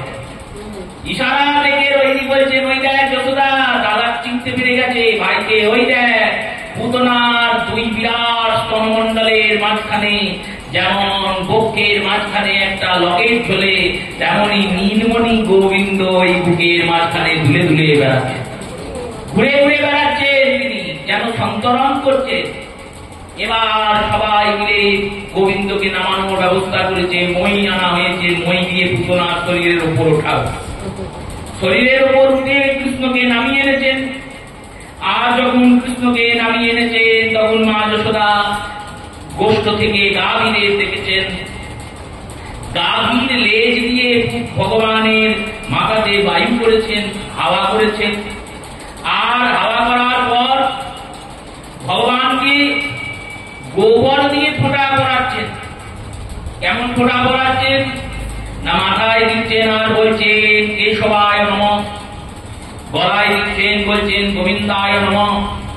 এইভাবে পূজনার পরে ভগবানকে গোমূত্র দিয়ে স্নান করিয়ে গাভীর ধুলিতে ভগবানকে লোটপোট খাইয়ে গোমাতার লেজ দিয়ে ভগবানকে পরিষ্কার করে মা যশোদা গোবিন্দের অঙ্গে তিলক করছেন আর বলছেন হৃদে কেশবস্তু ঈশ ইত্যয় কণটয় বিষ্ণুর ভুজং পররূপম ঈশ্বরয় কবচম চক্রঙ্গত সদা অগ্রে হরিস্ফুত পশ্চাৎ তৎপার্শ্বে ধেনুর্ধারীশ মধুভাজনয়শ্চ কণেষ্টু শঙ্খ উরুগায় উপরযক্ষ খিত হলধর পুরুষ সমন্তাৎ ইন্দ্রিয়াণি ঋষিকেশ প্রাণায় নারায়তন ভবতু শ্বেতদীপ পদে অস্থিত মনোযোগেশ্বর ভবতু। বলছেন ভগবান কৃষ্ণকে মা যশোদা তিলক করছেন, তিলক দিচ্ছেন আর বলছেন আমার গোবিন্দের মাথাটা কেশব দেব আপনি রক্ষা করুন, হৃদয়টা হে পরমেশ্বর আপনি রক্ষা করুন, হে বিষ্ণু আপনি ভগবান আমার পুত্রের দুটো হাতকে রক্ষা করুন, হে চক্রধারী আপনি যেন আমার পুত্রের আগে আগে চক্র নিয়ে যাবেন, আর হে হরি আপনি যেন পিছন থেকে আমার পুত্রকে রক্ষা করবেন, হে হলধর আপনি যেন পুত্রকে চারিদিক থেকে রক্ষা করবেন, হে ঋষিকেশ আপনি আমার পুত্রের সমস্ত ইন্দ্রিয়কে রক্ষা করবেন, আর হে শ্বেতদ্বীপবাসী আপনি আমার পুত্রের বুদ্ধি মতি মন চিত্ত আদি রক্ষা করবেন। কৃষ্ণী গর্ভস্থ বুদ্ধিমাত্মা ভগবান পরৌ ক্রীড়ন্তম পাতু গোবিন্দম শয়নে পাতু মাধব। যখন আমার ছেলে খেলা করবে হে গোবিন্দ তখন যেন তুমি আমার ছেলেকে রক্ষা করো, আর যখন আমার ছেলে ঘুমবে তখন হে মাধব তুমি যেন তখন আমার ছেলেকে রক্ষা করো। বজ্রন্তময় বৈকুণ্ঠ আশীনন্তম শ্রিয়প্রতি, হে বজ্রহস্ত যখন আমার পুত্র কোথাও বসবে তখন হে বৈকুণ্ঠেশ্বর নারায়ণ আমি আমার পুত্রকে রক্ষা করবেন। ভঞ্জনাং যজ্ঞ ফুক পাতু সর্ব ভয়ঙ্কর ডাকিন যদুশ্চ কুষ্মাণ্ড মহাভয়গ্রহা ভূত প্রেত পিশাচয় যজ্ঞ রক্ষ বিনায়কা কোটরং রেবতী জ্যেষ্ঠা পূতন মাতৃদয়কঃ উন্মদ্য জয়স্পরে দেহ প্রাণিনায়ুজ। বলে ডাকিনী শাকিনী আদি যত মাথা আছে সব মাথা থেকে হে গোবিন্দ যেন আপনি রক্ষা করবেন। আমি তো আপনার নাম ছাড়া কিছু জানি না, তাই নাম দিয়ে আমার ছেলের শরীরটাকে বেঁধে দিলাম। এটা শিক্ষা, এটাই ভাগবতের শিক্ষা সিদ্ধান্ত। কাকে কাকে দিয়ে রক্ষা করতে বলছেন? বলল যার নাম তাকেই নাম রক্ষা করেছে। শ্রীধর গোস্বামী পাদ বলছেন দেখো মা যশোদা শেখাচ্ছেন ভগবান কৃষ্ণকে কৃষ্ণের নাম যদি রক্ষা করতে পারে আমরা জীব আমাদের কি সেই নাম রক্ষা করবে না? যে নাম নামীকে রক্ষা করে সেই নাম আমাদের রক্ষা করবে। তাই প্রত্যেকের উচিত নামকে ধারণ করা, শুধু উচ্চারণ করা নয়, ধারণ করা। উচ্চারণ করলাম মুখ দিয়ে জিহ্বা দিয়ে, ধারণ কি করে করব? এই যে হরিমন্দির তিলক, এই তিলক হচ্ছে নাম ধারণ। দ্বাদশ সঙ্গে তিলক ধারণ করে আমরা কেশব মাধব গোবিন্দ বামন ত্রিবিক্রম ঋষিকেশ আদিকে নিজের শরীরে ধারণ করছি। এই তিলক বিধির মাধ্যমে আমাদের শরীরকে ভগবান রক্ষা করেন। এই শরীরটাতে ভগবান এসে বাস করেন। ভগবান দেব ভুক্তা দেবং যজেত। মনুষ্য শরীর দ্বারা কোনদিন দেবতার পূজা হয় না, হতে পারে না, কোন শাস্ত্রে উল্লেখ নাই। এ আবার কি কথা বললেন? সব তো মানুষই পুজো করছে না, মানুষে পুজো করে না। দেবং ভক্তা দেবং যজে, আগে সেই মনুষ্য শরীরকে দেব শরীর করে নেওয়া হয়, আর দেব শরীর করে নিয়ে তারপর দেবতাকে যাজন করানো হয়। ওই দুর্গা পূজার সময় দেখবেন পুরোহিতদেরকে অং রং চং রং রং ভং হং এরকম করে বলেন। আমরা এসব কি বলছে? এগুলির নাম ন্যাস। ন্যাস শব্দের অর্থ বসবাস, বিন্যাস, অবস্থান, এগুলি ন্যাস শব্দের অর্থ। এবার ন্যাসের মধ্যে প্রথমে যে ন্যাস তার নাম করন্যাস। করন্যাস মানে আঙুলগুলোর ন্যাস। কর মানে আঙুল। এই করন্যাসে কি হয় বললো? করন্যাসে সেই দেবী বা দেবতার মন্ত্র বা বীজ মন্ত্রকে আঙুলে আঙুলে বসানো হয়। মানে দুর্গার পুজো করব, দুর্গাকে স্পর্শ করব, তার আগে আমার হাতটা দুর্গা হতে হবে, তবে আমি দুর্গাকে ছুঁতে পারবো। আর করন্যাসের পর অঙ্গন্যাস হয়। গোটা শরীরের সমস্ত অঙ্গে ওই দেবী বা দেবতাকে ডাকা হয় এবং স্থাপন করা হয়। এবার ওই শরীরটা দেব শরীর হলো, তখন সেই শরীরে দেবতার পূজা হয়। তেমনি গীতা পাঠ করতে গেলে, পারায়ণ করতে গেলে, পাঠ মানে আপনি অধ্যয়ন করছেন, পড়ছেন, জ্ঞান আরোহণ করছেন, সেখানে ন্যাসের প্রয়োজন নাই। কিন্তু গীতার যদি পারায়ণ করেন, আর পারায়ণ ছাড়া গীতার ফল নাই। আপনি গীতার যদি পাঠ করেন জ্ঞান অর্জন হবে, কিন্তু পুণ্য পাবেন না। পুণ্য প্রাপ্তি করতে গেলে পারায়ণ পূর্বকই বিধিপূর্বক গীতার পাঠ করতে হবে। আর পারায়ণ করতে গেলে গীতার শ্লোক দিয়েই ন্যাস হয়। গীতা পাঠের যদি কারো বাড়িতে গীতা পাঠের বই থাকে, গীতা থাকে, দেখবেন গীতা পাঠ লিখিতে লেখা আছে। সেখানে করন্যাস হয় গীতার শ্লোকে, অঙ্গন্যাস হয় গীতার শ্লোকে। মানে গোটা শরীরটাকে আগে গীতা করে নেওয়া হয়, গীতা হওয়ার পরে সেই শরীর গীতার পারায়ণ করে। তেমনি ভাগবতের যখন ন্যাস হয়, তখন ভাগবত শরীরময় ভাগবত হয়, তারপর সেই শরীর দিয়ে ভাগবতের পাঠ। এটাই সিদ্ধান্ত। তেমনি ভগবান কৃষ্ণচন্দ্রের ভজন করতে গেলে শরীরটাকে কৃষ্ণময় করতে হবে। এই কারণে তিলকবিধি আচার্যরা প্রণয়ন করেছেন, আর সেটাই মা যশোদা শিখাচ্ছেন, জানাচ্ছেন, বোঝাচ্ছেন। ভগবানকে যদি তার নাম রক্ষা করতে পারে, তাহলে আমাদের নাম কেন রক্ষা করবে না? পুতনার বন্ধনের পর, পুতনার নিধনের পর যশোদা গোবিন্দকে কোলে করে নিয়ে বাড়ি ফিরলেন। পুতনার সেই বিরাট শরীরকে ছোট্ট ছোট্ট টুকরো করে চিতা নির্মাণ করা হলো, সেই চিতাতে অগ্নি দেওয়া হলো, আর সেই চিতা থেকে ধূম উত্থিত হলেন, ধোঁয়া উঠল, আর সেই ধোঁয়া থেকে চন্দনের গন্ধ সৌরভ উত্থিত হতে থাকে। সুন্দর দিব্য কথা। দেবর্ষি নারদ বললেন, এই করে হয়? আজীবন পাপকারী পুতনা, তার শরীর থেকে এইরকম চন্দনের গন্ধ কেন বেরোচ্ছে? দেবর্ষি নারদ আরো বিলক্ষণ হয়ে গেলেন, আরো বিস্মিত হয়ে গেলেন। ওই সমস্ত ধোঁয়াগুলো এক হয়ে গেল, আর একটা জ্যোতি হয়ে সেই জ্যোতি ব্রহ্মলোক সমস্ত স্বর্গাদি লোককে ভেদ করে একবারে বৈকুণ্ঠ ভাই করে গোলকে চলে গেল। দেবর্ষি নারদ ভাবলেন, এই কি করে হলো? এ তো হওয়ার কথা নয়। যে পুতনা এত পাপ করেছে, সেই পুতনা কি করে মুক্তি পেল? জিজ্ঞাসা করতে গেলেন তার পিতার কাছে। পিতা ব্রহ্মা বললেন, শোনো, তুমি যদি আত্মহত্যা করব মনে করে বিষ খাও, তাহলে তুমি মরবে না বাঁচবে? বললো, মরবো।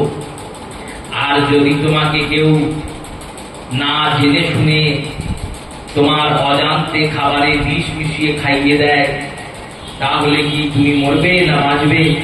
তো তাও মরবো। কেন? বিষ জেনে খেলেও মরবো, না জেনে খেলেও মরবো। তুমি যদি আগুনে জেনে হাত দাও আর না জেনে হাত দাও, আগুন কি তোমায় ক্ষমা করবে? বললো, না জেনে হাত দিলেও হাত তুলবে, না জেনে হাত দিলেও হাত তুলবে। তেমনি ভগবানকে তুমি জেনে প্রাপ্তি করো আর না জেনে প্রাপ্তি করো, ভগবান তোমার মুক্তি দান করবে। যারা ভক্ত তারা ভগবানকে জানেন, তাই ভগবান বলছেন তারা যা পাবে। এই পুতনা না জেনে তাই পেল। কেন না? পুতনাও তো ভগবানকে দুগ্ধপান করিয়েছেন। পুতনা গোবিন্দকে ধরে হৃদয়ে গোবিন্দকে রেখে মৃত্যুবরণ করেছে। পুতনা পুতনা যখন মরেছে তখন গোবিন্দ হৃদয়ে ছিলেন, তাই কৃষ্ণ পরশে পুতনা ধন্য হয়েছে। আর কৃষ্ণকে দুধ পান করিয়েছে বলে, মাতৃসম কর্ম করেছে বলে মাতৃগতি প্রাপ্তি করেছে। এটাই ভগবানের লীলা।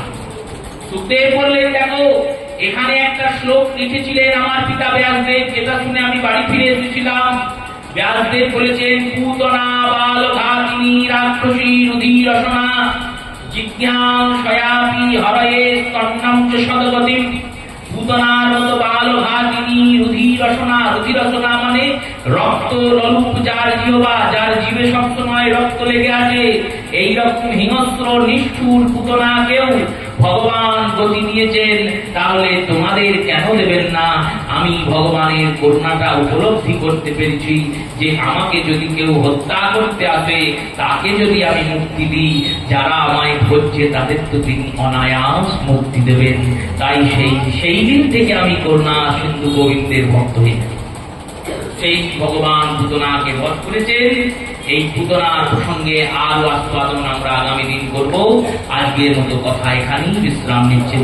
শ্রী গুরু প্রেমানন্দ সীতারাম নিতাই গৌর হরি বল।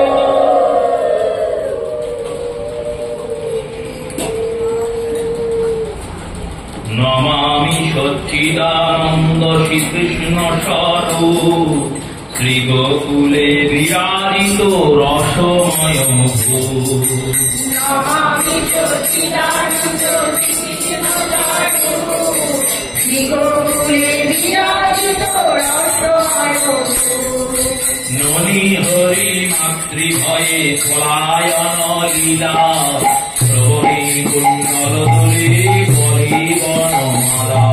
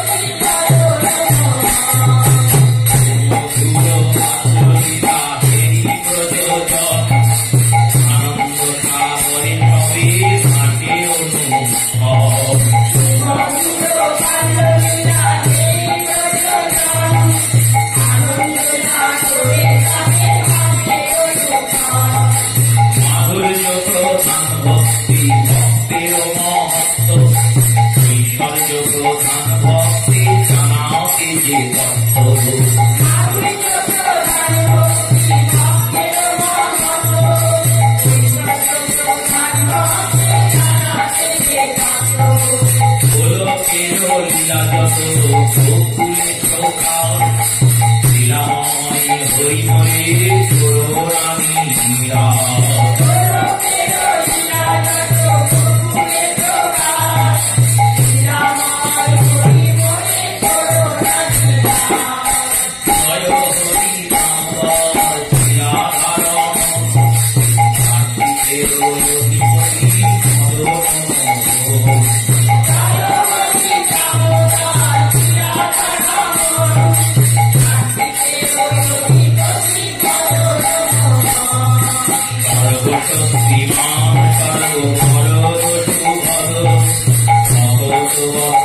কৃষ্ণ ভক্তের সম্পদ